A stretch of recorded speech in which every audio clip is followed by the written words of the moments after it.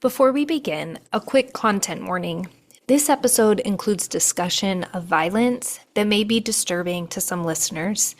Please take care while listening and feel free to skip this episode if it's not the right time for you.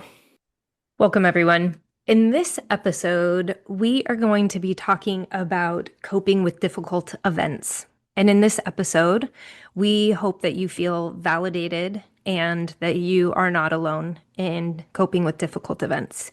We also want to share with you some real tips, ways that you can move forward as difficult events happen to you, to those you love, and around you in your places of work, in our society. And we hope that you take action and have the courage to be able to implement some of these skills that you learn today. Welcome to Communication Skills for Working Women. I'm Elizabeth. And I'm Rose May. Do you find yourself second guessing or avoiding conversations because you're worried about being misunderstood? You're not alone. On this show, we're sharing tangible tools for assertiveness, emotional resilience, and real-life communication wins and fails. Let's sharpen our communication together.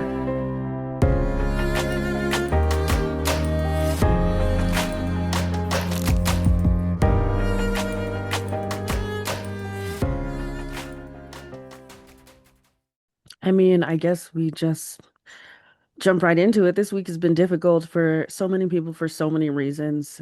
I'm actually gonna start with just 9/11. Can't remember. I think a student mentioned 9/11 in a class, and it was like my mind was transported back to the morning of 9/11 and hearing the events on the radio and being very shocked and almost in like disbelief. There was a lot of disbelief. I almost thought that we were being pranked in some way. Right. And so I feel like that's kind of how the week started, was knowing that 9/11 was coming and having thoughts around 9/11. But this is closer to you, Elizabeth, because you live in the DC area. Yeah, and so that's probably a lot more salient for you right now than it is for me, but I have very strong, vivid memories of every single moment of that day. Mm-hmm. I don't know. You How were in about college. We were in Mhm, college that day. mhm. I had to watch the news for a class that I was taking because, we didn't have smartphones and just scroll and catch the headlines. And so I remember watching the second tower get hit. Yeah. And every year, like just as the weather changes and September hits, it always brings up these memories to 9/11. It was the most gorgeous day. Hmm. And so it's something that I always anticipate and I want my kids to remember. And I think about people in my community because I live around people that they were in the Pentagon. Or they had family members that were, or we have a friend who is a policeman in Washington, D.C., and he went to the Pentagon right after it happened. And so you can feel it in this area when when the anniversary comes that there's a lot of feelings because it was very real here. Yeah. Yeah. Yeah, I remember I was on my way to work, and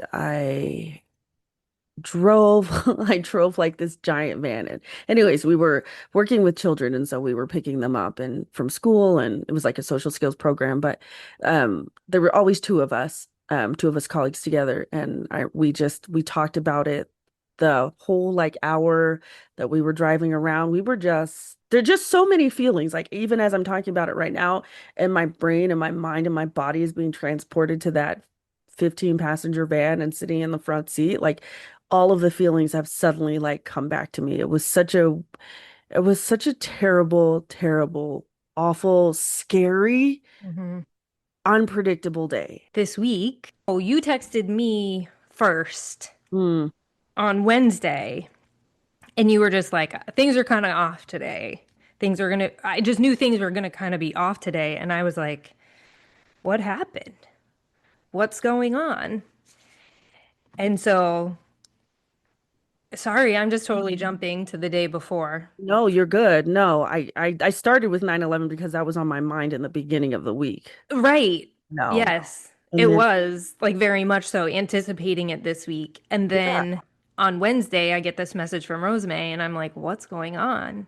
yeah, Rosemary's out. So I'm in the DC area, and Rosemary's out in Utah. She sends me a message that she's getting messages to stay, like, to stay in the classroom, to stay, like, to not move. So I don't know if you want to share, or I can keep yeah. sharing. I was the adjunct at UVU, Utah Valley University, and so I still get a lot of text messages um about their security alerts and just like message after message after message started popping up on my phone, and I was like, what in the world is happening? Really confused, and I walked out into the hallway and some coworkers were talking about a shooting. So I'm not at UVU right now, but school just up the road from UVU is BYU Brigham Young University, and that's where I was in the counseling center. And so a couple other colleagues talking about the shooting that happened on UVU campus, and I didn't I didn't really know what was happening. Like there was just not a lot of information. There was just all that was presented at that moment was that everybody needed to stay in their classrooms, and that this shooting had occurred. So we're kind of like finding out in real time, which is also really crazy to find Yeah, out like in real time, um, right. what's happening. It, yeah, even talking about it right now, I'm like, what a whirlwind of a day, of a week. But anyways, as the details are kind of coming out, people are gathering in different spaces. Students are calling the counseling center. People are just feeling very, very unsafe and very, very scared. Again, like this feeling of like unpredictability and just fear, which is so, so, so, so sad. I cannot imagine what those students were feeling at Yeah. UVU. I have friends that are teaching there Yeah. currently, and I just, I don't even want to think about that day, like about what they witnessed and what they experienced. I have two college-aged kids, and they're out school out west as well. And they're not in Utah, but they are. I immediately called my son. He has friends at UVU, and so Mm, I was immediately concerned, like, because again, I didn't know what was going on. mhm. I had no idea who this individual was. I had Yeah. no idea, like, I did not know anything. And so immediately talking with my son, my daughter had immediately called her dad. And so then my husband and I are talking, and it was just like in the moment of this all, I'm like, this is just a lot. Yeah. I don't even know what to say except that I was really grateful that we could talk Yeah. and everyone could just kind of say what was on their mind. And then so things kind of unfold, but then as the week goes on, I'm hearing people. Like I was on a business call and the first thing that was said was, this has been a really heavy week. Let's just talk about it for a minute. And I was Mhm. like, oh, okay. Like this is great. Like I was surprised that Mm, that was the approach and I was mhm. really grateful for it. And they gave a lot of other people voice on the call to say Yeah. things. And then just I, my interactions with people, I all week, almost everywhere I went and every interaction I had, some thread of either 9/11 or this shooting has come up. Mm, I'm like, there's a lot of power in conversation. And my husband and I were talking about, too, the power of just checking in. Because I said that a few days later, or maybe it was even the next day, that I think I just voice recorded you and just said, hey, just checking in. Like, just how's it going? yeah. And the power of checking in on friends during this time. Yeah. And all friends, I was thinking, gosh, the day before, now that I think about it, I ran into a friend in the hallway who is a BYU, he works security, I'll say that, worked security at BYU, but is also a student at UVU. Mm, Right. So he's kind of in the middle of both worlds. And this is before the event, but even just checking in on him and him saying it's really hard to just in general be in the field of security in any yeah, way, shape, or form, right? With just world events. It's just really hard. Like people don't trust you. People are scared of you for good reason. This wasn't he wasn't being critical by any means, but just even thinking about his experience as now being part of security for this college campus that's a couple miles down the road, right. kind of like a sister school, almost in a weird way, sister rival school, I guess.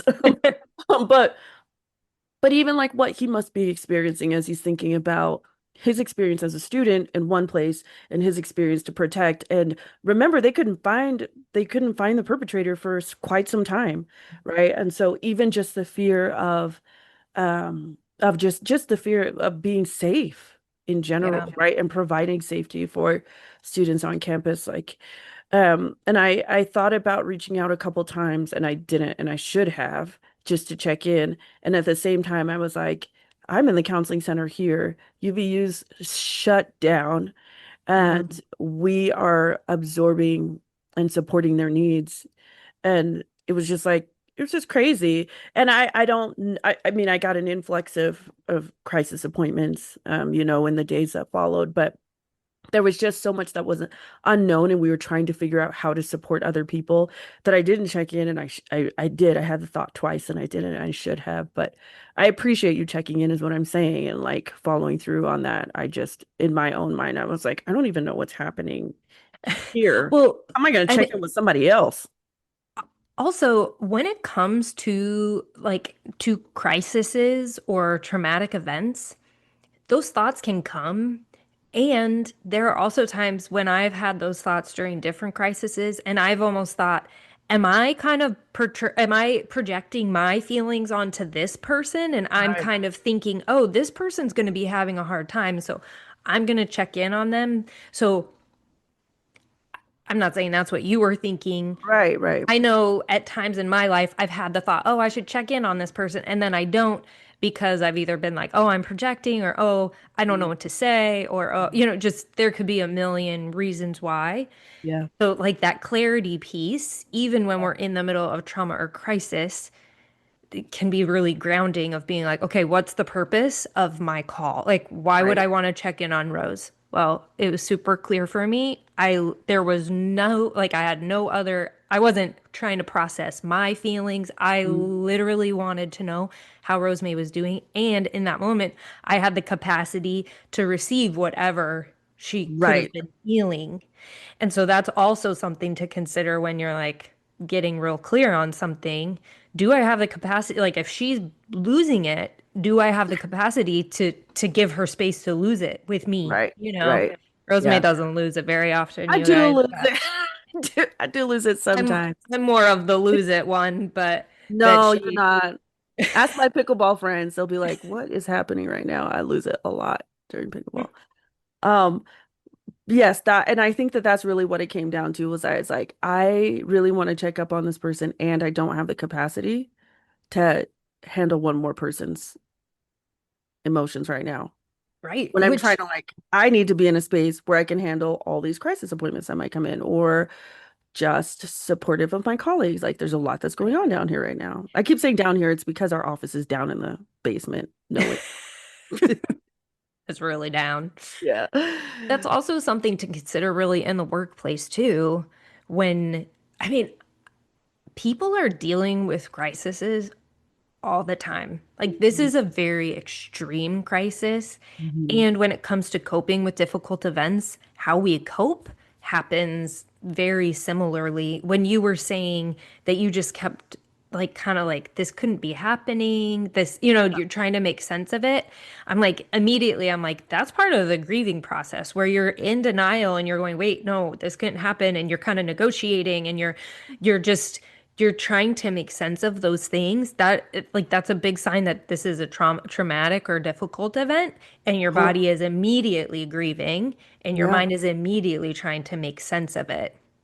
Yeah. And what's crazy, speaking of that, is is the fact that, like, in addition to the shooting on UVU campus, there was another shooting of an elementary school at the Yeah. same time. I Yes. honestly, my mind was like, what is happening right now? I was Yes. very, very confused. And I think it took, like, just like what you were saying, it took my again out west. It took my body a long time to just kind of figure out and understand what was happening, Yeah. why it was happening, because there I feel like we always want an explanation, like, why is this Hmm. happening? And what am I supposed to do with this? Right. And I think that that's where everybody goes is like, okay, now what do we do? And Right. I will say that social media is not what we should do. 1,000% not. In fact, Right. I took a social media fast. Hmm. I did post for the podcast, but I'm not on social media this week for a lot of reasons. One, I there's a lot of video that's resurfacing of what this man has said in the past, that it's very offensive. It's very wrong. I don't want to be exposed to that, and I don't need to be exposed to that. People are sending videos. My kids in Kenya, my kid accidentally opened something that someone sent. It was a video of him being shot. Oh, That gosh. is on social media right now. Yeah, my older kids have seen pretty graphic, like they've shared with us. They're like, we saw it all, Mom. Like we saw Yes, the graphic, we saw like everything up close, like we saw it all. they And are not meant or designed to consume this information. it makes it numbs them. Yes. One of my kids in high school, the high school that they go to, there's a lot of fights. And she's like, Mom, the other day, like I turned the corner and I saw these two girls like coming out of the bathroom, like beating each other. And I'm like, I still remember the first time I saw kids fighting in junior high. And I was sick. Like, I was Yeah. just like, oh, like these girls are pulling hair and Yeah. shoving heads against the wall. And I was just like, oh. And my kids are like, she's like, oh, I just turned the corner and I just turned around and I went to the other bathroom. It didn't even faze me. And I'm like, Mhm. how is human beings beating one another just Right. not even like it just doesn't even phase Right. this phase her because she's exposed to it all the time and so it becomes a norm. You're just like, Exactly. oh, and your body doesn't know where to put it, so it's just like, well, this must be normal because I'm seeing it all the time. Yep. And they aren't like the kids aren't exposed to the repercussions that the individuals who fight with because they're Exactly. protected. So Exactly. so their brains are going, this is okay Right. because there's no result or there's no consequence in their brains and minds. Right. And so, especially when we see stuff on social media Mhm. and we're in different, we expose ourselves to just pieces of things, it Yeah. normalizes this horrific Yeah. behavior because we're not going to follow the legal process throughout this because it's going to take years Right. to follow. And there's just so much. It's such a complex situation. Even with 9/11, like the legal process behind 9/11, like we haven't followed any of that. Like we don't know. There's so Right. many things around these events that we don't know. And so that's one reason social media is really hard when it comes Yeah. to this stuff. It is it and also you get snippets and you get fragments, Hmm. right? Yeah, social media is not the place to be Yeah. right now. And also, so I just feel like in all, like the focus has been on this very horrendous thing that has occurred. I want to remember 9/11, and I that is something that is very important for me to just think about and just maybe sit in some silent reverence and just I don't know, just honor those people who passed away. And also I'm wanting to like just honor the children and the families that were involved in that shooting. And there Yeah. again, too many things for the human brain to have Yeah. to sort through Yes. and memorialize and Yes. process at once. And so my personal advice as a human being on this planet is stay off of social media. It's not a good place right now. In the little time that I was on there earlier this week, I just saw nothing but just hateful things that I think people are trying to find ways to process their own feelings. And Hmm. sometimes that comes out as anger. Yes. And that's a very normal response to feel angry. I feel angry today in general. I feel angry that I'm talking about this, honestly, because why should we even be talking about a school Right. shooting, mass Right. terrorism, and, the assassination of an individual? Like, why should we be talking about that? So I understand the anger, and sometimes our anger is so misplaced, and we could do so much more harm when we're not taking time to cope ourselves or really gain clarity about what's actually making us angry.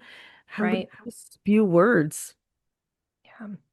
Well, let's go through. We actually have we have a guide for coping with difficult events. I don't know if it's really a guide. We have Yeah, yeah, suggestions, yeah, yeah, some suggestions that could guide you yeah. in coping with difficult events. And again, a difficult event doesn't have to be the things that we just talked about.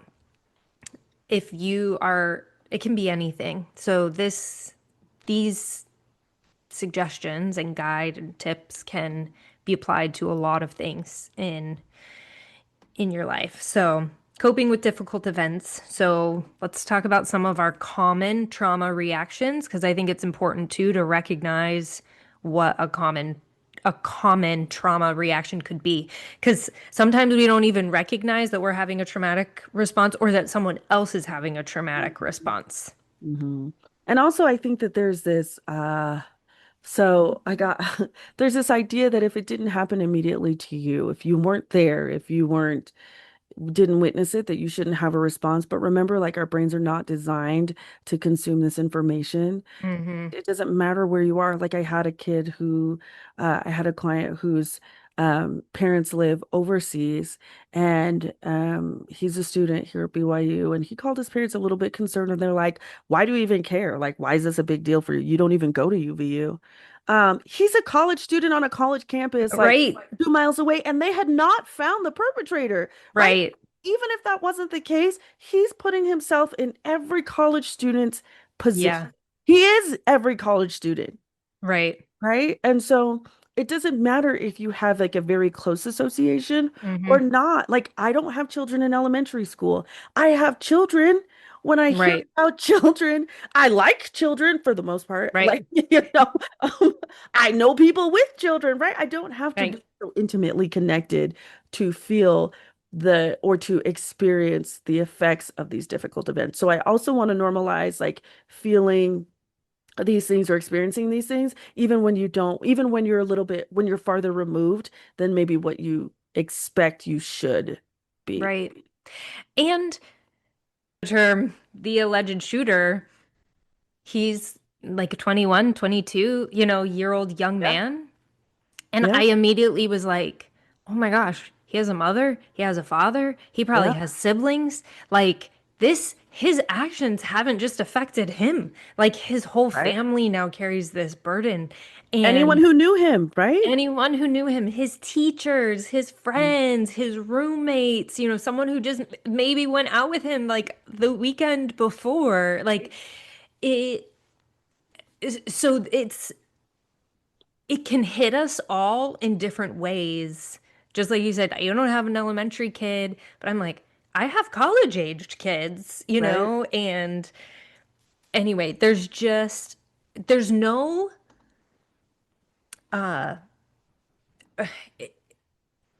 right or wrong way. Like this, things can show up for you even if you feel like you have no association Yes.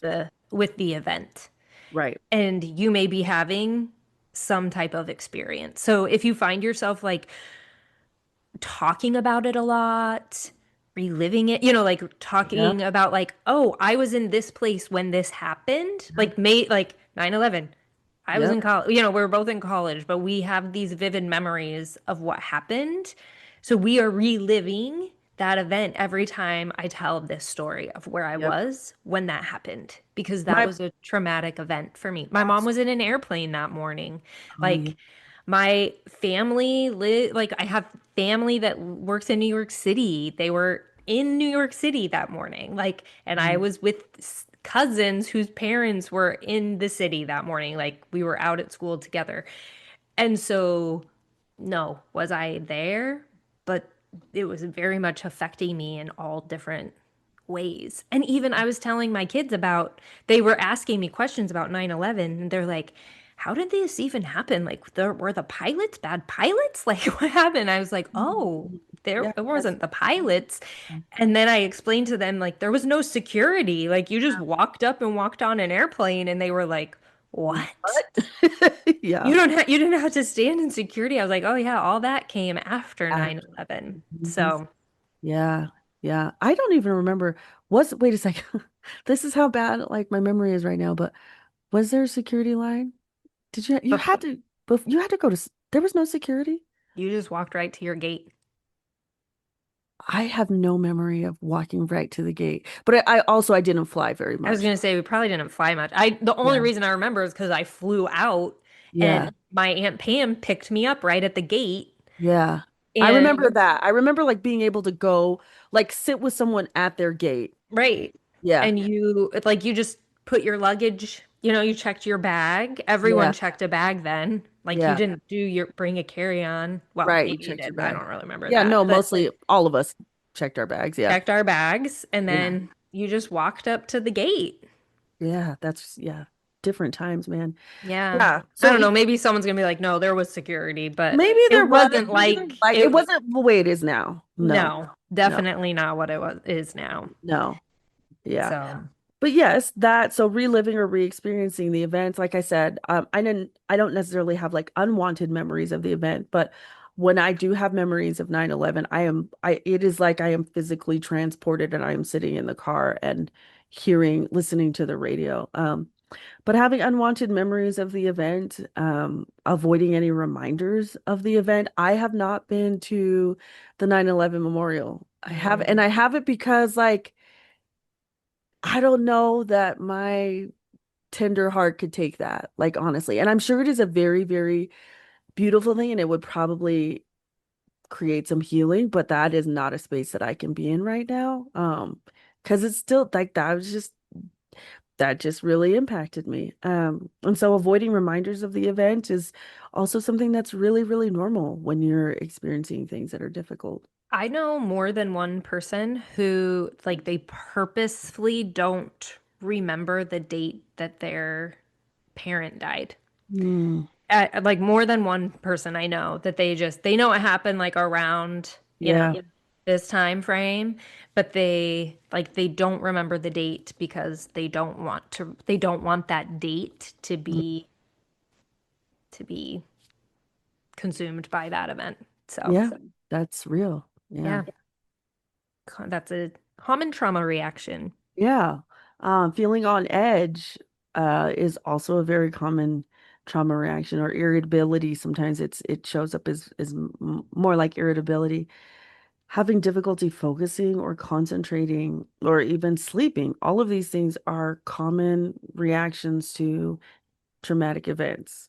And and the point of this is to normalize this. Like you're not alone if you're experiencing these things. And again, it doesn't necessarily have to be with the events that occurred this week, but you're Mhm. not alone if you're experiencing these things. These are normal responses to things that should not be happening.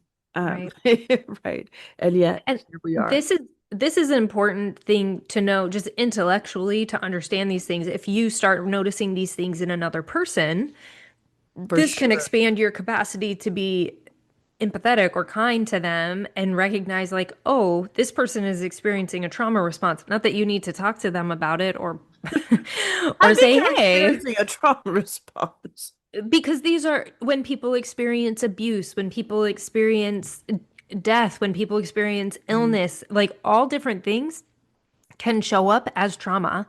Yeah. And so, trauma, these are all things to just recognize in yourself and take note of possibly in other people.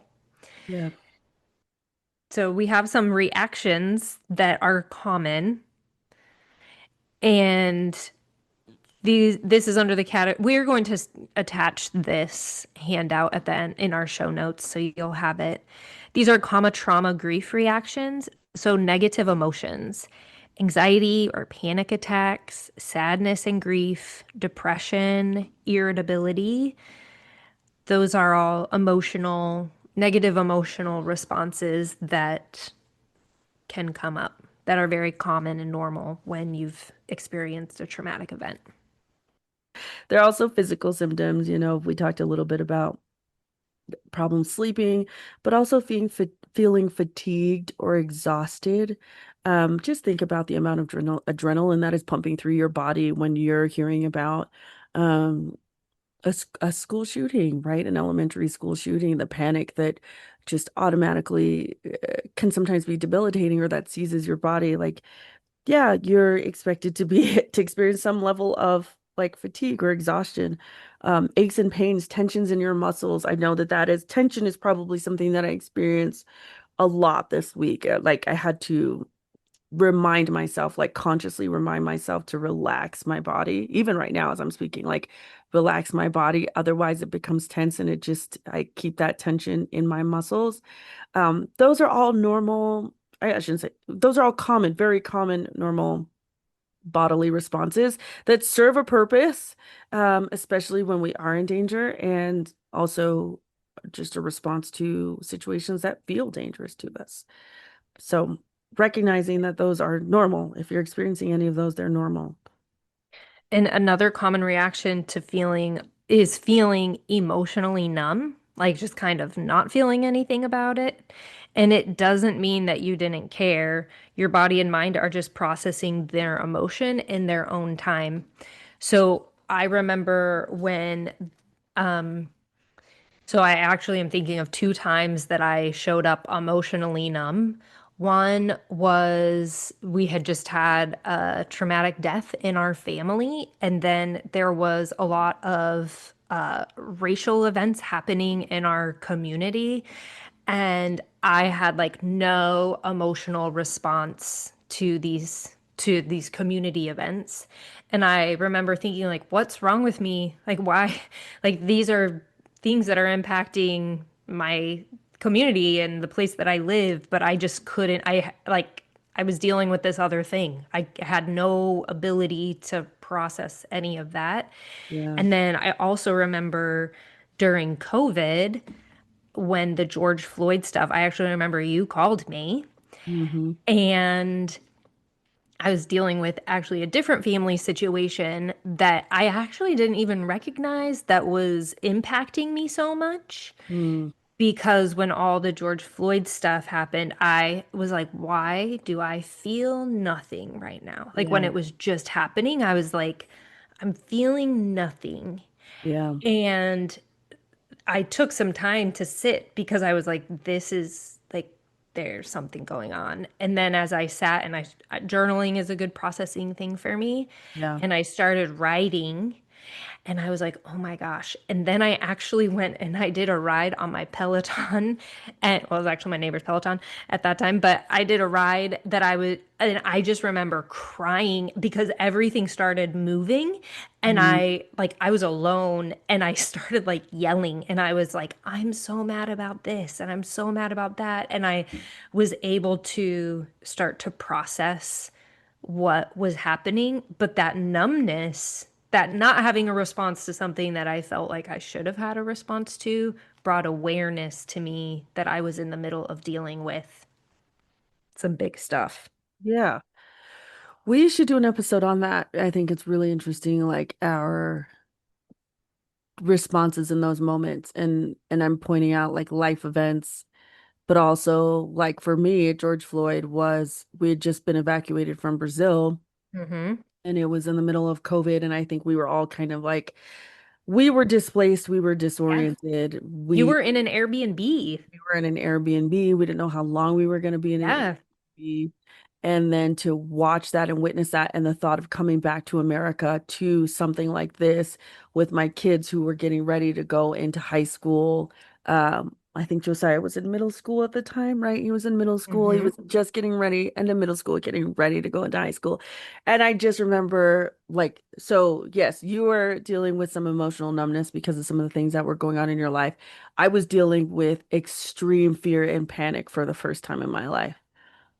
Two like very different responses to the Yeah. same event, just based off of where we were and what's going on in our lives. But like, never in my life have I experienced the panic that I experienced at that time. And I'm sure it was compounded by COVID and compounded by some of these other things. But yeah, we should do yeah, that's an episode for another day, but very Even interesting. Just this, our responses to trauma, right, right? right. And even for me, saying this, like, I'm like, oh, there's two times that I've been like numb, and I'm like, Yeah. I wonder if that's partially how I deal with it. Yeah.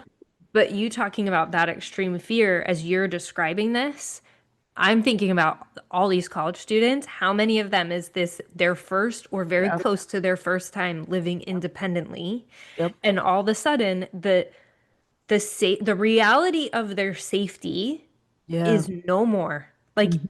it is forever gone. They have been on a college campus, one of the places that should be safe, a place Yeah. of learning and growth and development, and you send your child there because it's going to be the best 4 years of their life to Yeah. have fun and to grow and to just really develop. And then they witness someone innocently, their life being taken from them, Hmm.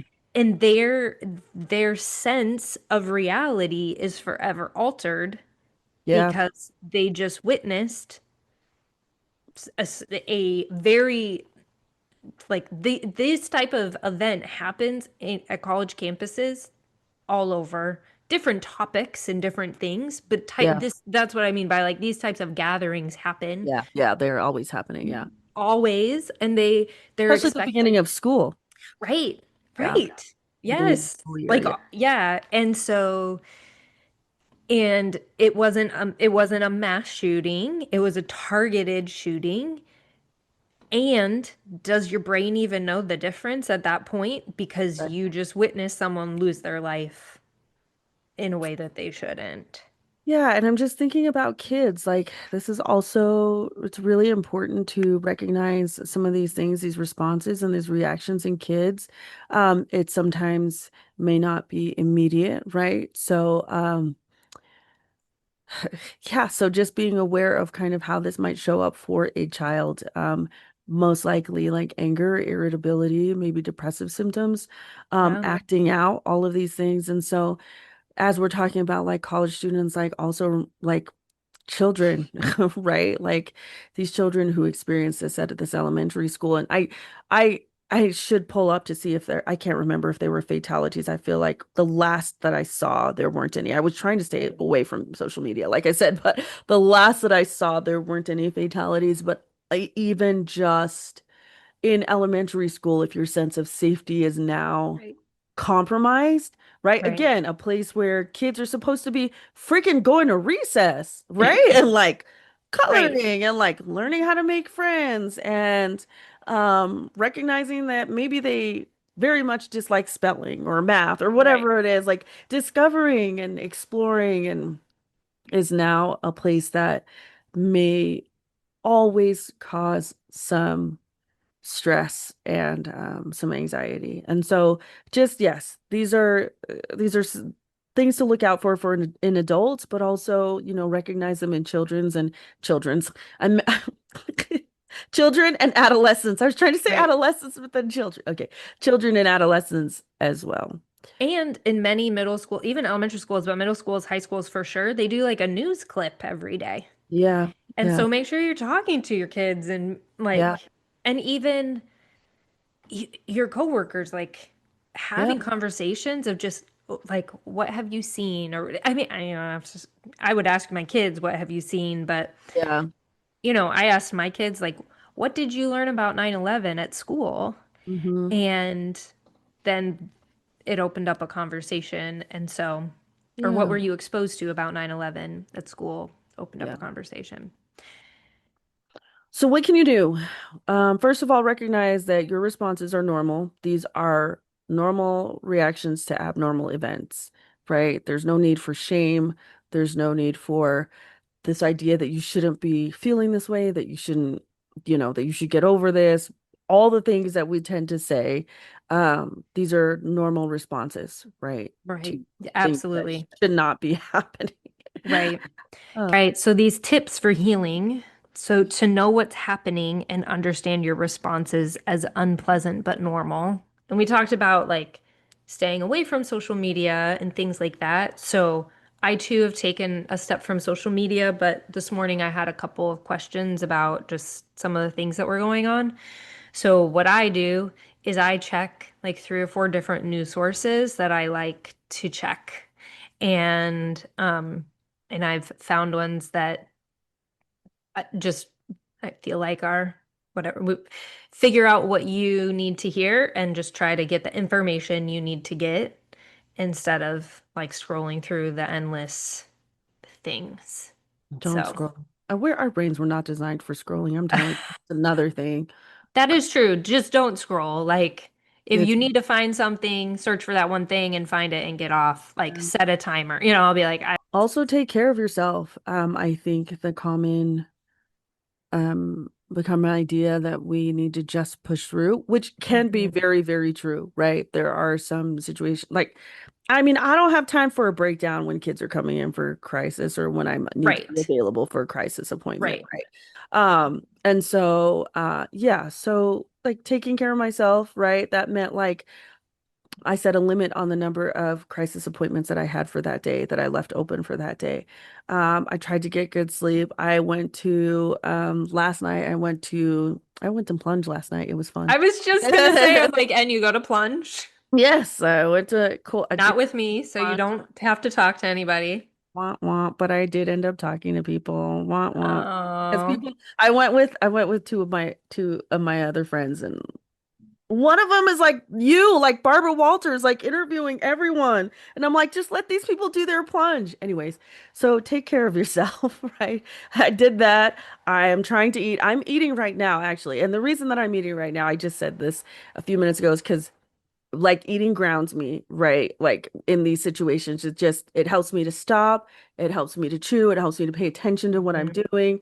It's intentional eating, right? I'm not like eating whatever, but yeah, it's very intentional and mindful eating. Uh, Right.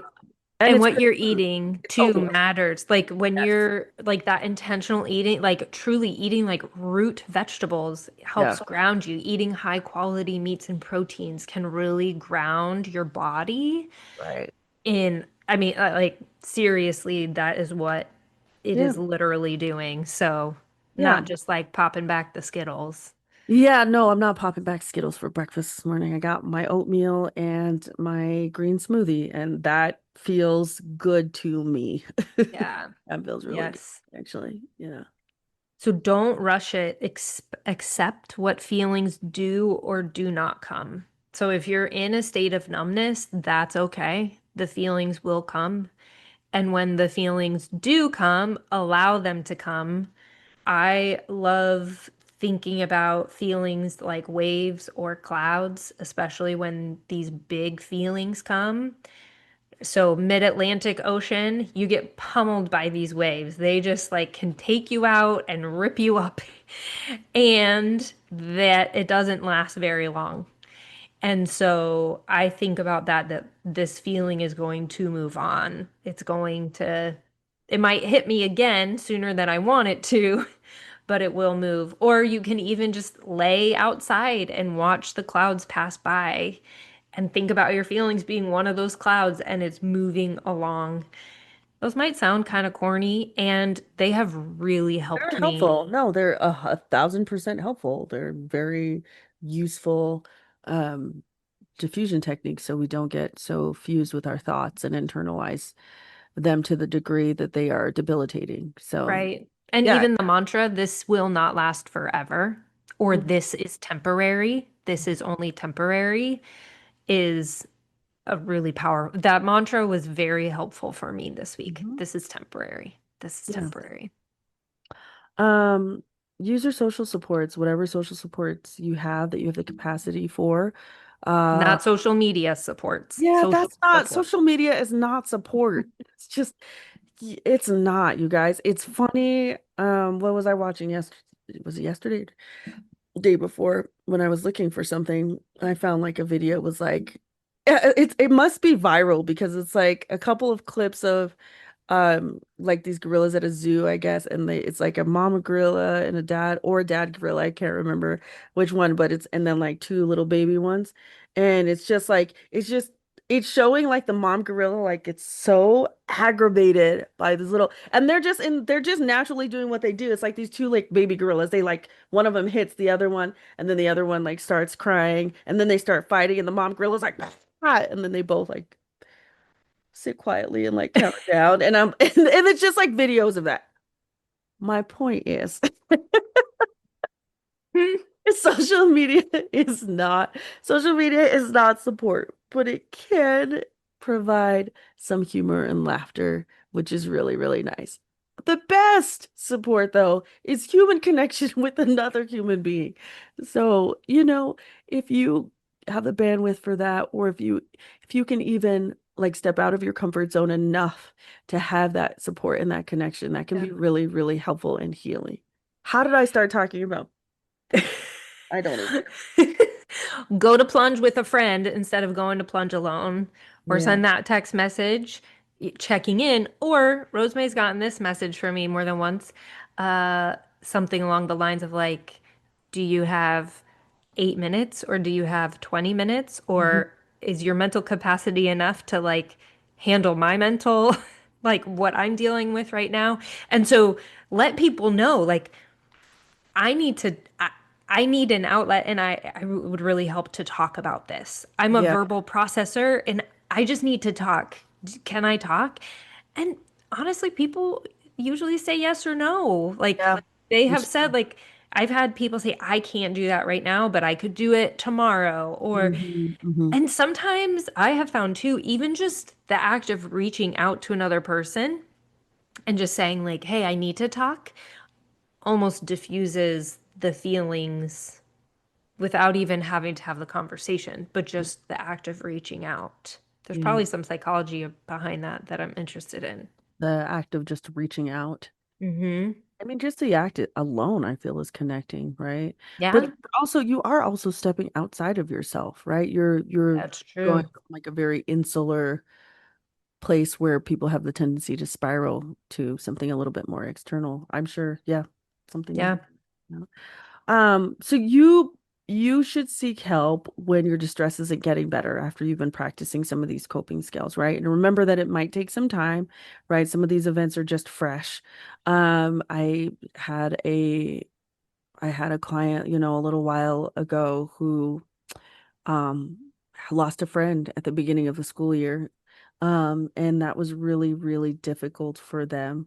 And there was this expectation that they needed to like be able to like move past this and move on. And I mean, yes, at some point, maybe yeah, things get better, right? Especially when we're talking about grief.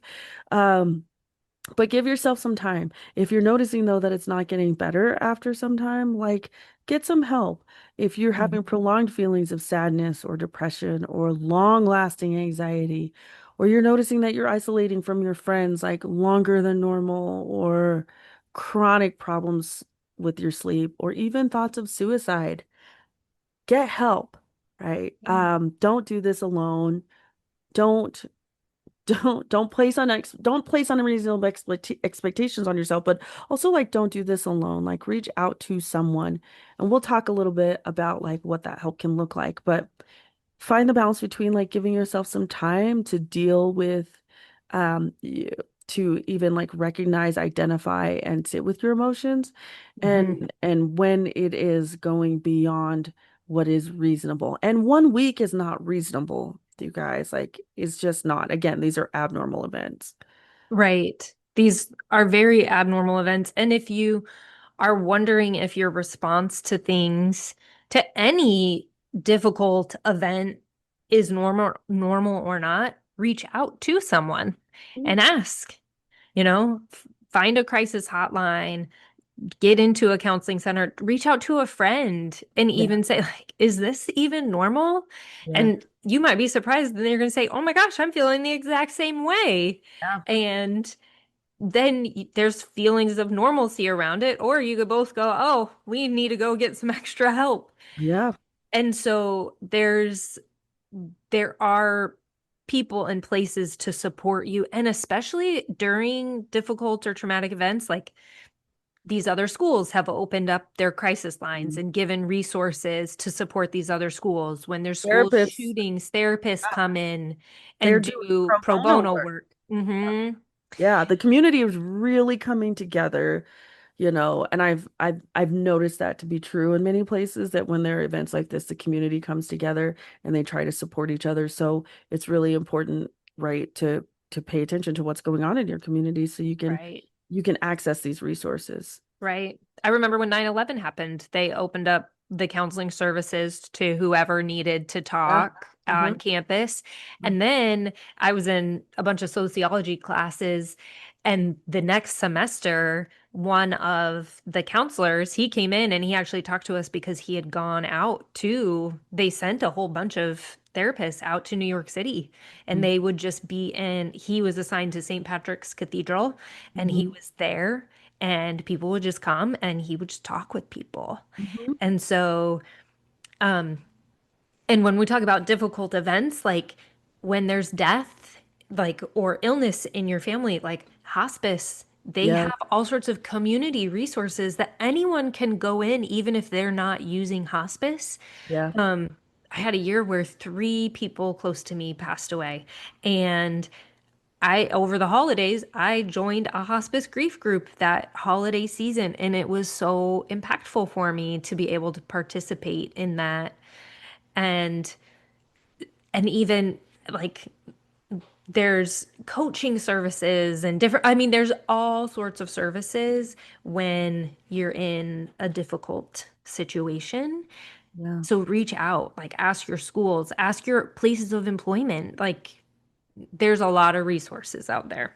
A lot of resources. Yeah. Yeah.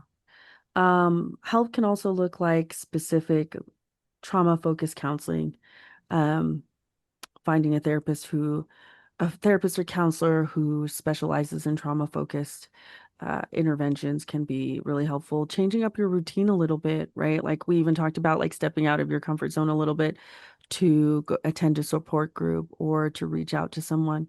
That can be really, really helpful. And of course, there's psychiatric medication in situations where maybe some of this is prolonged or created lasting impact. This can help with mood. It can help with sleep problems, right? Consult your physician. So, right, maybe even consulting a psychiatrist and setting up an appointment. But all of these are resources that can be very, very helpful for you.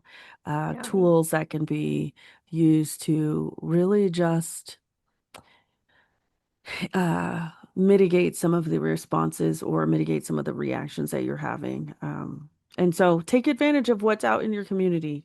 Oftentimes, Yes. like communities are have resources that are available to most people. Um, and trust yourself as you are navigating these different things, as you're noticing, yourself withdrawing. Mhm. Like, trust yourself to take action. Trust yourself to do the hard thing that is scary, but in your gut, you know that you need to do this thing. So, we really hope that as you have heard us talk about these different things today, that you feel validated and not alone. We hope that you've learned some things that you can take action on, and that you will take the steps that you need to take, whether being more cognizant of other people around you or when you are in a time of a difficult event, that you'll recognize the parts of you that need the extra support and that you'll go and get it in whatever way you need to get it to help you move Yes. through these events. Yes. Until next time, y'all, speak clearly, listen bravely, and that includes listening to possibly people who think differently than you, recognizing that we're all going through something and experiencing something that is tragic. And while we all have our own values and and things that we believe. It's really important to come together as a human population Right. to really just support each other and be there for each other and for our own emotional well-being. So speak clearly, Yeah. listen bravely. And if you're choosing to not get off social media, follow us on Instagram. And we're going to continue to just put out tips and insights and different things around communication. So you can join us on Instagram at Communication Skills for Women and leave us a comment there if you need us. We would love to support you in that way as well. When you feel confident in your communication, everything changes. We'd love to hear your wins, failures, and insights on Instagram at Communication Skills for Women. Leave a review and connect with us. Until next time, speak clearly and listen bravely.